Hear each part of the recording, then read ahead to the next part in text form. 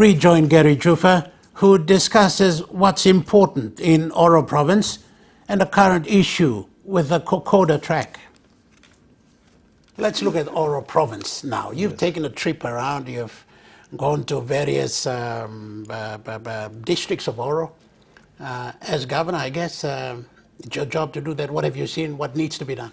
Look, I turn up at any time. I normally drive to these locations myself and just to see what's happening, you know. And one of the things that strikes me is the fact that there is, again, apathy. Apathy in the community, apathy from the public servants, apathy from everybody. And everyone you ask will always be able to blame somebody else for all these problems, you know. And are they blaming you? Oh, they do. They do. You know, my people blame me too from time to time. But the difference is I'm not sitting down and, you know, blaming someone else. I'm also trying to do the same, you know, trying to find a solution and lead by example out there. And I can tell you, John, that the problems are quite complex. You know, for example, in the districts and stations, they're not getting the funding that they used to get.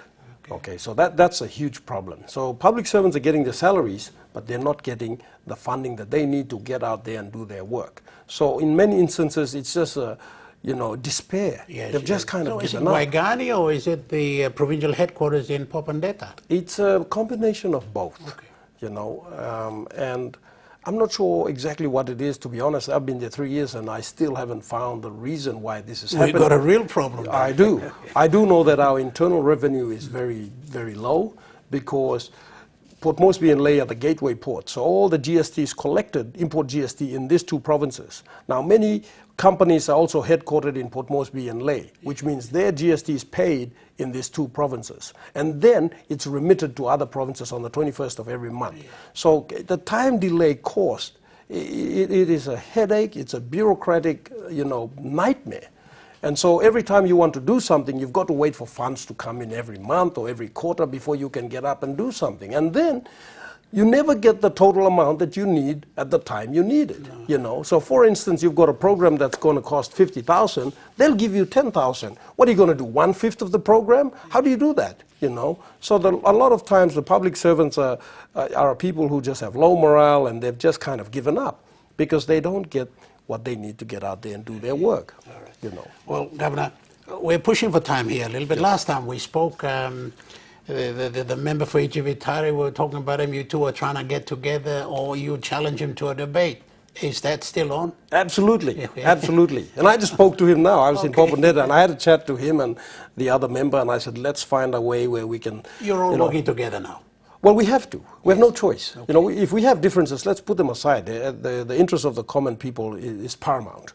And I want to thank both of them, you know, because they said, yeah, we agree. And we sat down, we had a good discussion, and we said we will come up with an assessment of the damages done, and we'll take it to the Prime Minister as one, and ask for some funding to repair the bridges that have been washed away in the recent floods. Okay. But my offer is still there. And I've asked him, I said, look, we can debate this. We can set a precedent in this country. Why don't national leaders debate issues of concern to our people on television? All right, or come to this program. I would love to I'll do have that. you over there and I'll have the member for Ijivitari. Absolutely. I'll be in the center. I'll make sure you don't fight. Absolutely. And his views were about basically the steps I took in regards to what I term as illegal businesses and illegal business activities and the way I did it.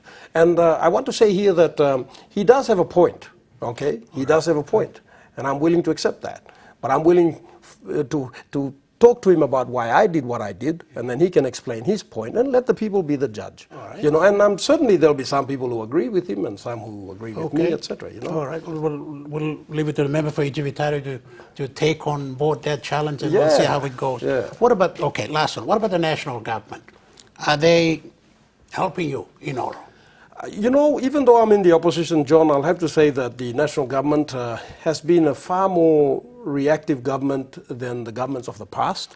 And credit does go to the Prime Minister and his cabinet, especially when there's been disasters and so forth. I mean, we would all like to see proper planning in place and mechanisms in place to mitigate circumstances, but, you know, that's a utopian world. The reality is now, and I can say that the government has made a significant effort to respond. Whenever there's a disaster, whenever there's a situation of concern, they have responded. So, credit goes where it's due, and I will say that. I would like to propose that they certainly need to improve on their national disaster policy, and we need to have every province with a national disaster center, okay, with the appropriate resources so that when there is a disaster or a disaster-like situation, you can respond in real time and save lives. The fundamental responsibility of any government, John, is to save lives.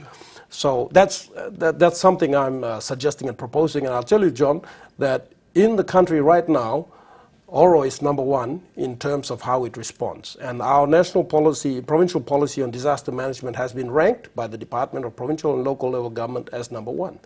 And it cost us nothing. We had no fancy consultants.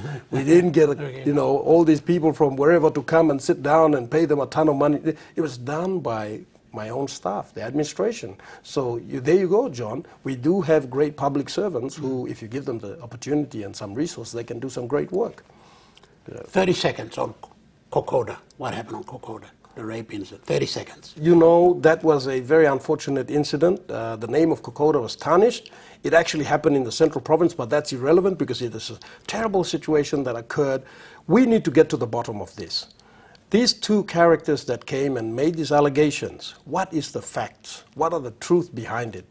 I think it needs thorough investigation. I, for one, am not convinced that there wasn't rape.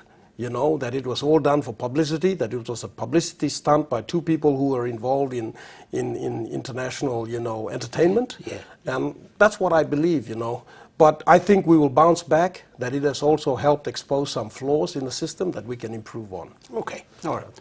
Thanks for your time, and wish you all the luck with taking PNG back. Well, thank you, John. Okay. Thank you very much. That was Gary Jufa, Governor of Oro Province. Stay with us after the break. We show you the new tourism plans for the Jawaka Province.